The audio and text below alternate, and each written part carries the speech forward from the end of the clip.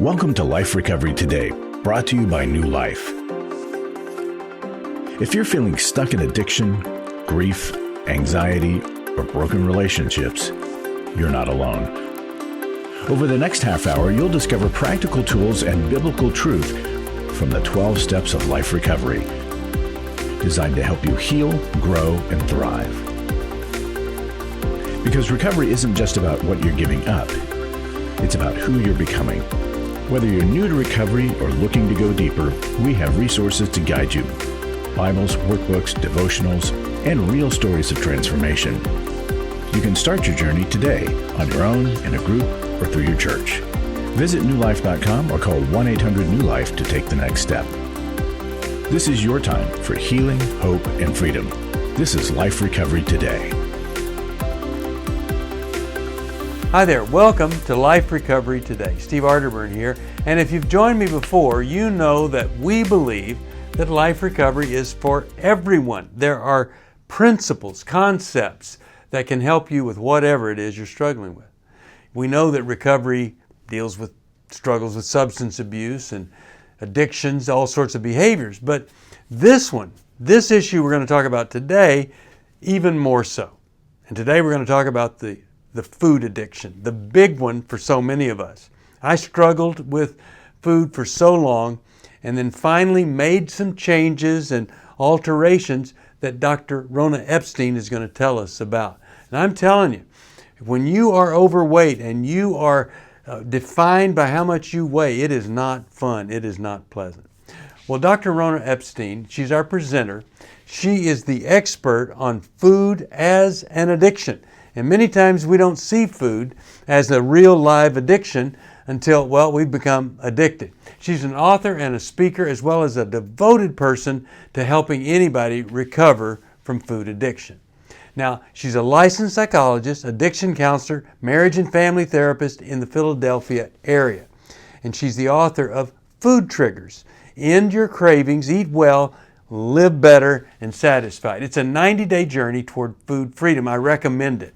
The Satisfied Workbook and Satisfied Journal accompany it.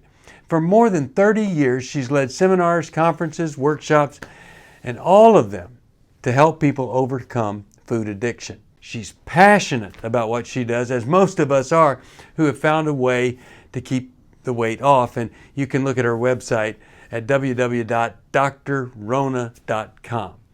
Let's listen to her. And when you listen to her, think about the little practical things that she's pointing out. Things that you can do, especially those that you can do the rest of your life. Because if you've heard anything from Lose It for Life, you've heard this. Why do something if you can't do it forever? Because when you quit doing it, the problem's just going to come back and haunt you. We want you to lose it, keep it off, and develop the healthy lifestyle beyond it. Now let's listen to Dr. Rona. Well, hey, I'm Dr. Rona, and I'm here to share with you about food addiction. Yes, I did say that, food addiction, talking about a struggle that a lot of people have.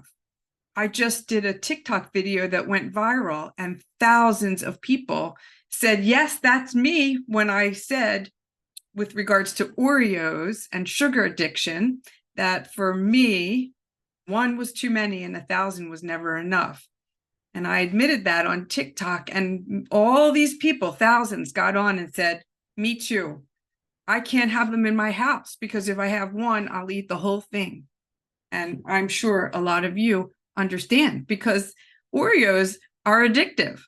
And when I was a kid, I used to live on junk food. Somehow or another, we just didn't have the information that we have today about how unhealthy and how crazy that people can get. We didn't know that sugar can make a person have brain fog or ADHD, that there's all these illnesses like diabetes and how people are becoming obese. And, we fat shamed people, but we didn't really understand that we were creating a serious problem. In my house, I was allowed to eat Pop-Tarts for breakfast and Captain Crunch and peanut butter and jelly on white bread for lunch and pasta for dinner. And that's what I lived on, white flour and sugar. And it was no wonder I was not doing well in school and I was, getting more and more overweight and feeling ashamed of my body.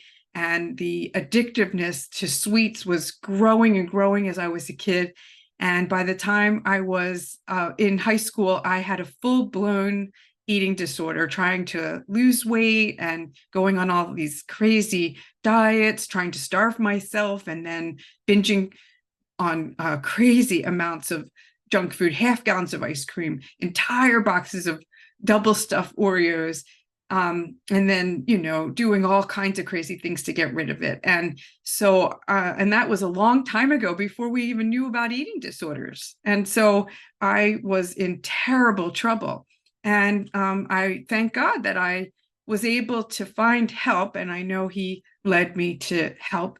And it was through an addictions model. And if it wasn't for that, I don't know what would have happened to me.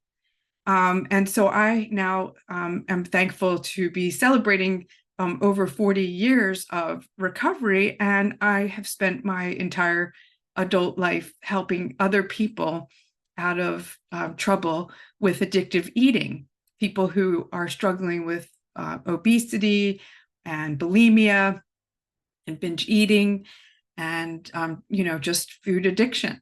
And so for me, sugar was my addictive behavior. I mean, I was really a sugar addict. I didn't really struggle with it, binging on other foods, but I work with people who have, eat whole pizzas. I think pizza was given the prize for being the most addictive food. That wasn't my issue, but I know pizza is very addictive for people. I know people who've gone out in the middle of the night and, gotten a pizza and eaten the whole thing. And,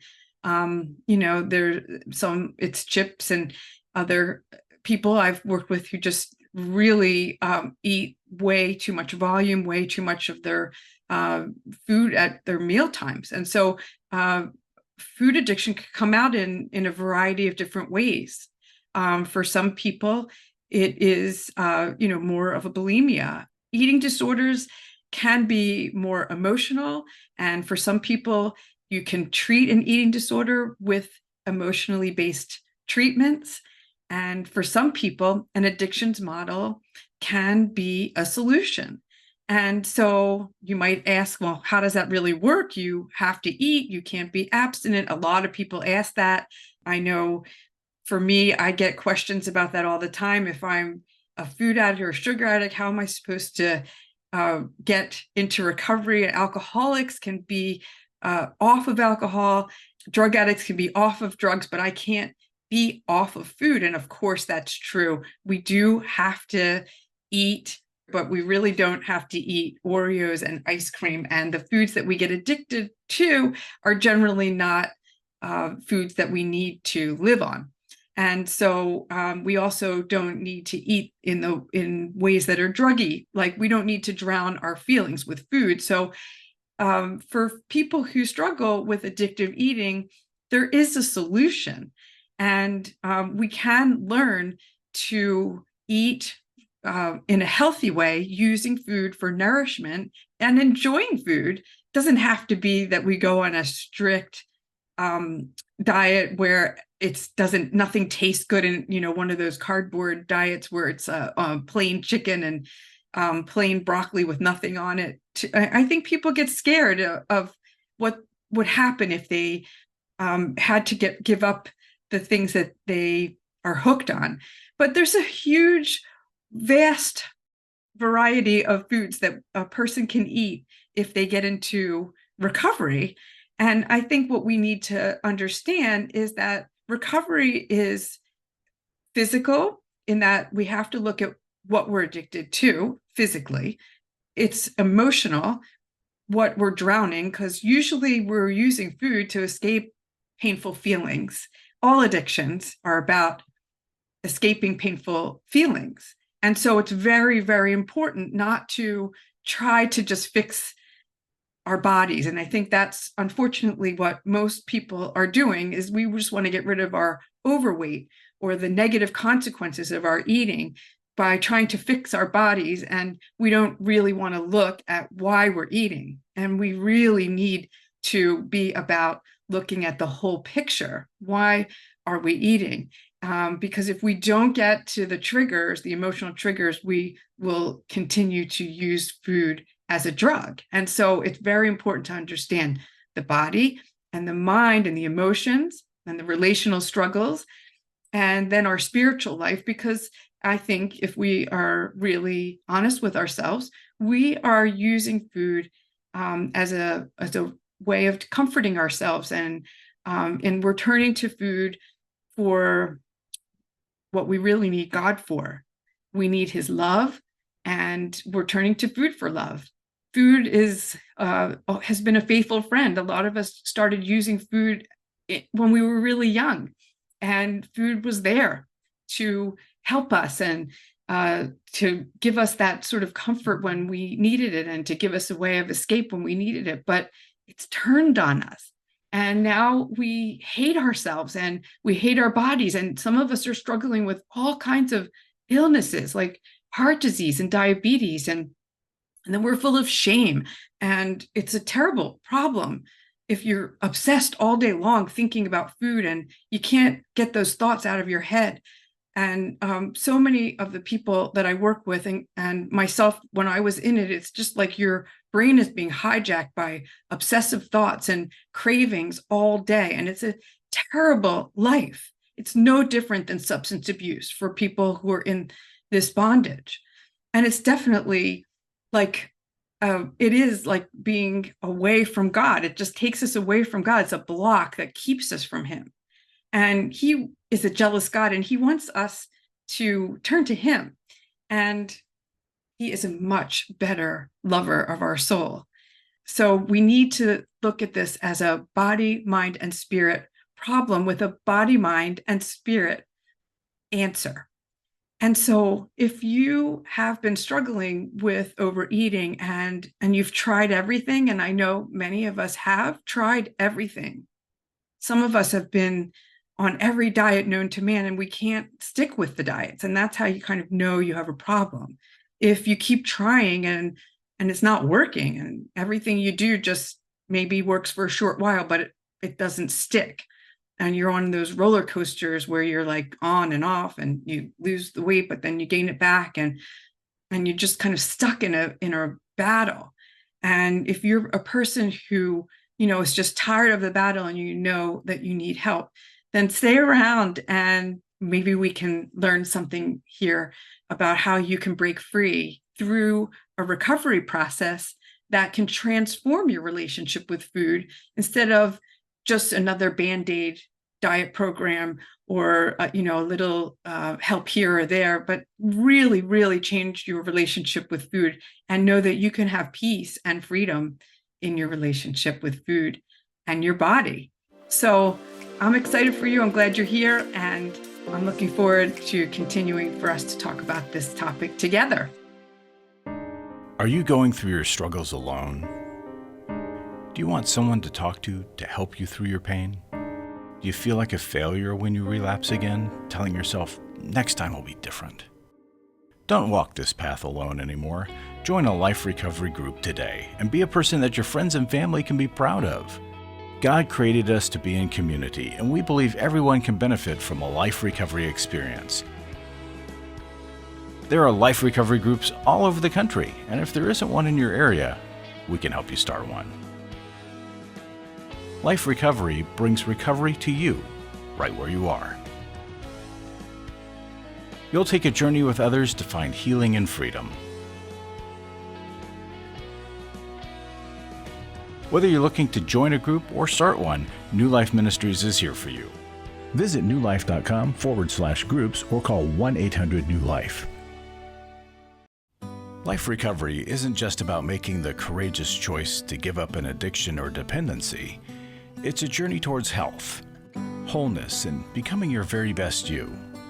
If you need resources to help you in your journey, we can help. There are many life recovery resources that you can do on your own, with a group, or with your church.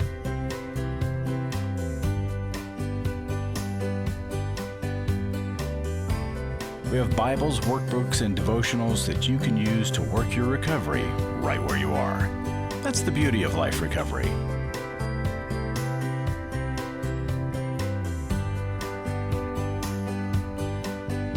To learn more or to get the Life Recovery Bible or any other life recovery resource, visit liferecoverytoday.net or call us at 1-800-NEW-LIFE.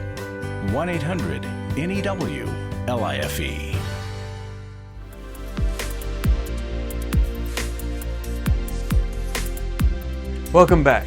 Well, I hope you can begin to see how recovery really is essential when you have this obsession with food. Now, I want to tell you something. I think a lot of people are obsessed with food because they became so dependent on food because they didn't know there was a problem with food. I used to sit and eat these big old tins of potato chips. I didn't know that that's how you got overweight. I didn't realize that was a problem for me. So sometimes people aren't just dealing with some deep wound, they're just unknowing. And that's what's great about the material here. It gives you information on things that you just simply may have missed. And the thing about Dr. Epstein is she has experienced it, she studied it, and she knows how to apply it. And she helps us to apply it for the rest of our lives. So I want to continue to explore with her recovery from food addiction. Here's Dr. Epstein. Well, hey, I'm back to talk with you a little bit more about food addiction. And I just want to say, if you struggle with overeating, that does not mean that you have a food addiction. If you can go on a healthy way of eating and learn to eat a piece of cake or some cookies in moderation, then by all means, you do not need to be looking at yourself as a food addict and do an addictions model. Although the 12 steps I think are great, no matter what your struggle is, but abstinence may not need to be your path if you can do moderation. The addictions model is for people who, no matter what happens every time, or most of the time, if they continue to ingest the foods that they are addicted to, usually the sugar and the refined carbohydrates, if they continue to do the behavior with food that's addictive, they will just stay trapped and they just can't learn moderation.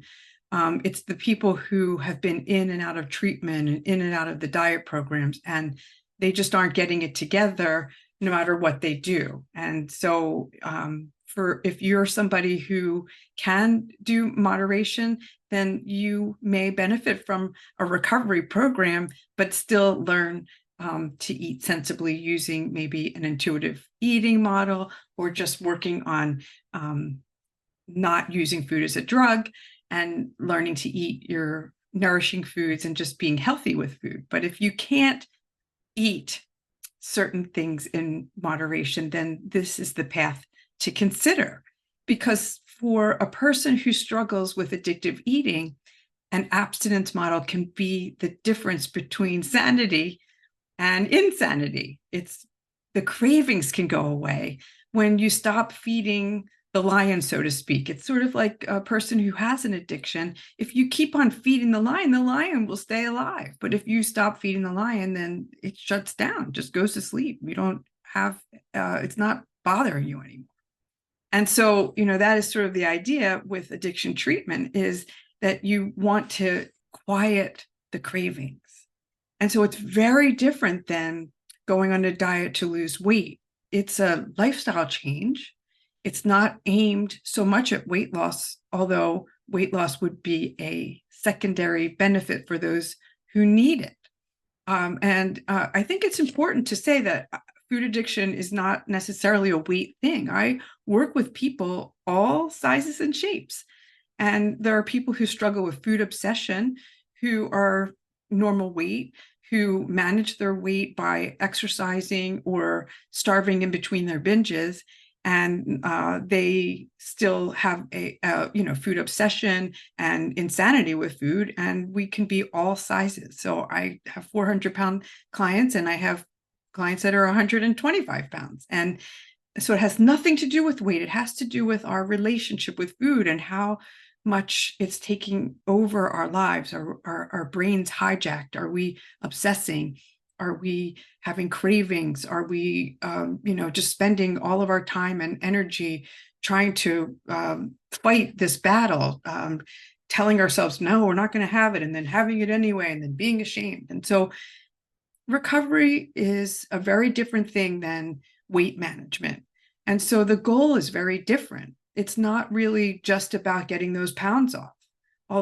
It's really a different focus, and the focus begins to be on wellness and on sanity and on quieting the cravings. And I know for myself, as somebody who was overweight, when I started to come into a recovery mindset, I realized that getting the insanity to stop was actually a goal that I could go for. It was something I wanted to lose weight. I hated being overweight, but I really wanted my mind back because I was thinking about food and my body and hating myself and wanting to stop all the craziness. I mean, all day long, I thought about food and dieting and starving, how I was going to eat and I wasn't going to eat.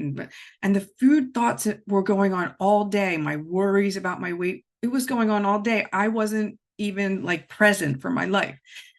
And I wanted peace more than anything. And actually that goal became more worth it actually than weight loss. And I know some of you really can understand it's a full-time job managing an addiction. And so when you start to realize like that, now that is something even a higher, better goal than getting the pounds off. It's worth fighting for. And so when you start to make that your goal, and you start realizing I need to not eat those food, not just because there's extra calories, but because I want my life back. I want peace and sanity, and I want to be there for my family.